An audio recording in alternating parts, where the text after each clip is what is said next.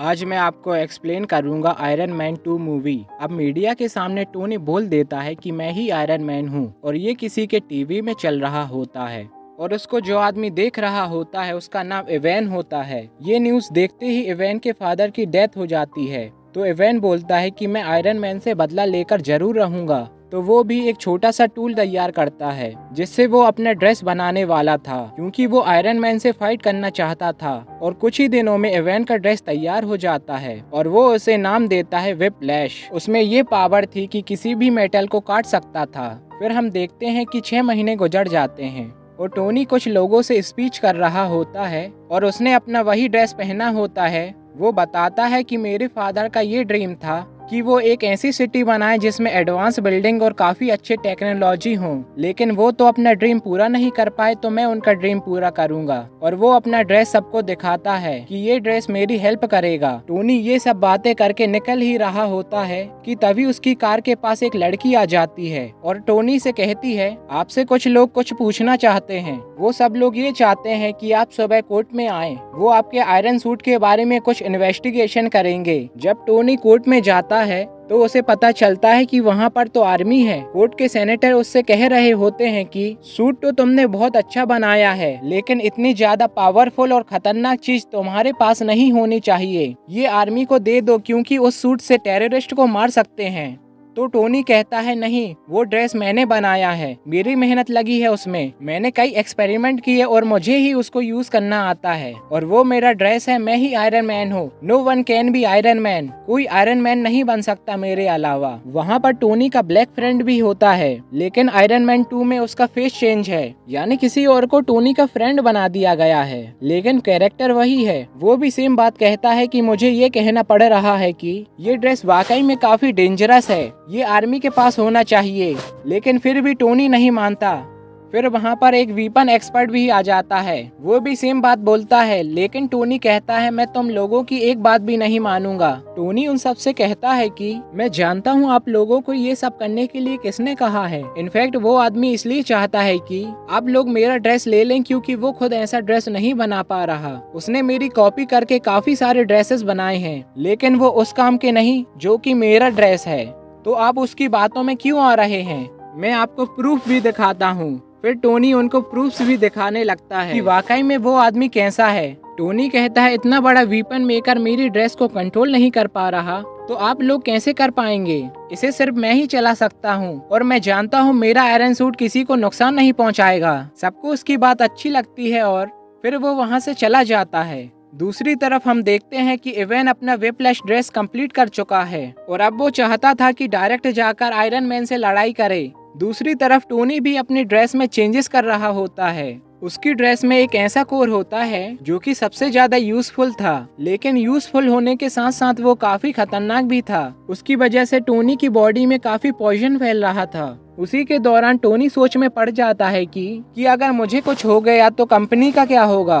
तो वो अपनी सेक्रेटरी को बुलाता है और उससे कहता है कि मैं अपनी कंपनी का सीईओ तुमको बनाता हूँ, ये कंपनी अब तुम्हारे अंडर में है, तुम जिसको चाहो हायर करो। फिर टोनी की सेक्रेटरी, जो कि अब उस कंपनी की सीईओ थी, एक लड़की को इंटरव्यू के लिए बुलाती है, लेकिन वो लड़की किसी कंपनी की एजेंट होती है। और फिर हम देखते हैं कि कार की रेस होती है जिसमें टोनी ने भी पार्टिसिपेट किया होता है, लेकिन तभी वहाँ पर इवैन यानी व्हिप्लैश आ जाता है और टोनी पर अटैक करता है, जिससे टोनी की कार 2 हिस्सों में टूट जाती है। ये सब कुछ न्यूज पर टोनी की सेक्रेटरी यानी कंपनी की सीईओ भी देख लेती है और उसके बॉडीगार्ड से कहती है कि हमें फौरन से टोनी की मदद के लिए जाना होगा। और वो दोनों फौरन जाते हैं और टोनी को उसका ब्रीफ केस देते हैं जिसके अंदर वो आयरन मैन वाला ड्रेस होता है। अब आयरन मैन में और व्हिप्लैश में बहुत ही ज्यादा लड़ाई होने लगती है, लेकिन आयरन मैन जो भी अटैक कर रहा था उसे व्हिप्लैश रोका जा रहा था। थोड़ी देर तक ऐसा चलता है, लेकिन तभी आयरन मैन व्हिप्लैश पर जोरदार अटैक करता है जिससे फाइनली व्हिप्लैश हार जाता है और व्हिप्लैश को अरेस्ट कर लिया जाता है। थोड़े ही टाइम बाद टोनी स्टेशन जाता है व्हिप्लैश से ये पूछने की उसने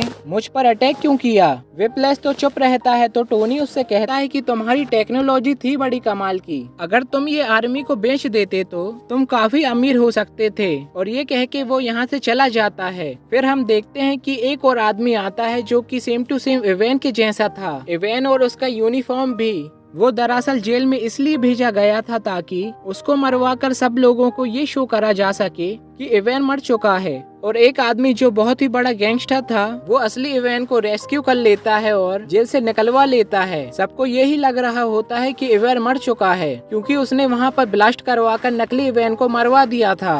वो गैंगस्टर किसी इंडस्ट्री का ओनर था और टोनी का सबसे बड़ा दुश्मन। वो ये चाहता था कि वो भी आयरन मैन के ड्रेस के जैसे कई सारे ड्रेसेस बनाए और पूरी आयरन आर्मी बनाए और उसने इवेन को इसलिए छुड़वाया था। अब दूसरी तरफ टोनी के सीने में लगा वो कोर उसको काफी सता रहा होता है। वो उसके चेस्ट में मसल पॉइजन फैला रहा था जिससे उसे ऐसा फील हो रहा था कि उसने कुछ न किया तो जल्द वो मारा जाएगा। लेकिन उस बात की फिक्र न करते हुए टोनी अपनी बर्थडे पार्टी रखता है और इसमें डांस कर रहा होता है कि तभी उसका वो ब्लैक फ्रेंड आ जाता है और उससे कहता है कि आर्मी का ऑर्डर है कि कल तुम्हें या तुम्हारी ड्रेस को उनके पास लाया जाए। और वो आदमी भी टोनी की हरकतों से तंग आ चुका था। वो कहता है कि तुम अपना ड्रेस पहनकर पार्टी कर रहे हो, तुम जानते हो ये कितना ज्यादा खतरनाक है। लेकिन टोनी उसकी बात नहीं सुनता तो वो भी टोनी का पुराना ड्रेस पहनकर आ जाता है और उन दोनों में अब काफी ज्यादा फाइट होने लगती है। दोनों ने ही आयरन के ड्रेसेस पहने हुए थे और वो दोनों चाहते थे कि किसी न किसी तरह एक दूसरे को हरा दें ताकि पहला जीत जाए। अब दोनों अपने अपने हाथ से लेजर निकालने लगते हैं और एक ही साथ लेजर निकलने से दोनों की लेजर आपस में टकरा जाती हैं और बहुत बड़ा ब्लास्ट हो जाता है। जहाँ पर ब्लास्ट होता है और टोनी की बर्थडे पार्टी हो रही होती है वो जगह और कोई नहीं बल्कि टोनी की कंपनी होती है।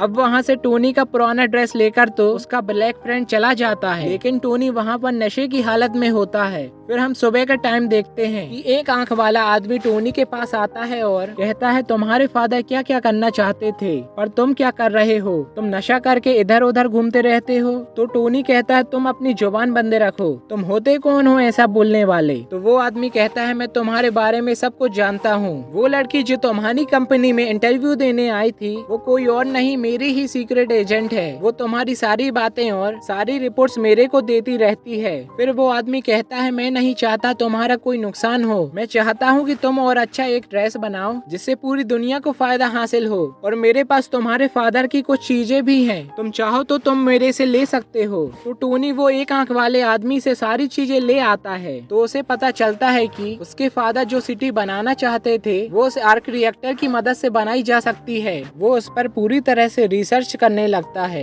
वहाँ पर टोनी को कोर का पूरा डिजाइन नजर आता है। वो उस पर थोड़ी और रिसर्च करता है और काफी चेंजेस करने के बाद बहुत ही ज्यादा एडवांस आर्क रिएक्टर बना लेता है और उसी आर्क रिएक्टर से नया ड्रेस तैयार करता है जिसको वो नाम देता है मार्क 6। और फिर उसको इवेन की कॉल आती है तो इवेन कहता है कि मैंने तुम्हारे दुश्मन के साथ मिलकर काफी अच्छा ड्रेस तैयार कर लिया है, मैं वेट करूंगा उस दिन का जब तुम और मैं आमने सामने होंगे और फिर देखते हैं कि कौन जीतेगा। मैं आप लोगों को राज बताता हूँ कि इन लोगों ने वो ड्रेस कैसे तैयार किया। टोनी का वो पुराना ड्रेस जो कि टोनी का ब्लैक फ्रेंड उस आर्मी के पास ले गया था, उस ड्रेस में इवेन ने और टोनी के दुश्मन ने उसमें कुछ चेंजेस किए और उसको और ज्यादा एडवांस बना दिया टेक्नोलॉजी की मदद से, जो कि बहुत सारी वॉर्स लड़ सकता था और फाइट कर सकता था। अब दूसरी तरफ टोनी का दुश्मन लोगों से स्पीच कर रहा होता है कि मैंने आयरन सोल्जर्स बनाए हुए हैं क्योंकि अब आयरन आर्मी का दौर है। दूसरी तरफ टोनी को भी पता चल जाता है कि इवेन किसी के साथ सच्चा नहीं है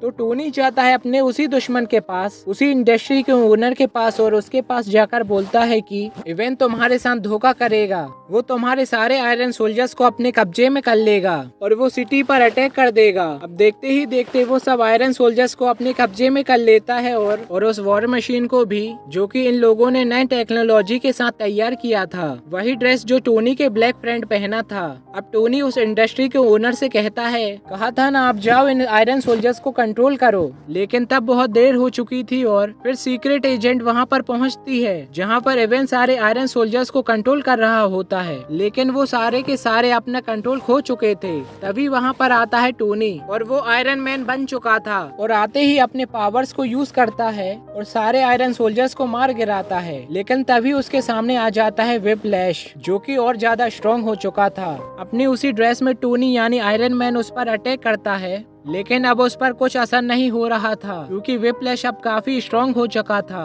और अब वो जानता था कि आयरन मैन का मुकाबला कैसा करा जाए। तो तभी टोनी को याद आता है कि जब उसकी और उसके ब्लैक फ्रेंड के आयरन सूट की लेजर आपस में टकराई थी तो बहुत बड़ा ब्लास्ट हुआ था। तो टोनी उसके ब्लैक फ्रेंड से कहता है कि हम वो एक्सपेरिमेंट दोबारा से करते हैं। अब वो दोनों ऐसा करते हैं और वहाँ पर बहुत ही बड़ा ब्लास्ट हो जाता है और व्हिप्लैश वहीं पर मारा जाता है। अब अगले सीन में हम देखते हैं कि टोनी के पास वही एक आंख वाला आदमी आता है और उससे कहता है कि मैं तुम्हें गुड न्यूज दूं, तुम्हारा जो आयरन मैन वाला ड्रेस है उसको एवेंजर ने इम्प्रूव कर लिया है, यानी अब वो एवेंजर टीम में यूज होगा। लेकिन आई एम सॉरी, तुम इसके लिए सिलेक्ट नहीं हुए, तुम्हें सिर्फ पीछे से काम करना होगा। तो टोनी कहता है कोई दिक्कत की बात नहीं, आई एम एक्सेप्टिंग, लेकिन मुझे इस बात का क्रेडिट चाहिए। और अगले ही सीन में हम देखते हैं कि कोर्ट के सेनेटर टोनी यानी आयरन मैन और उसके ब्लैक फ्रेंड को मेडल देते हैं और उनसे कहते हैं कि थैंक यू, आपने पूरी दुनिया को बचा लिया। और इसी के साथ आयरन मैन 2 मूवी एंड होती है।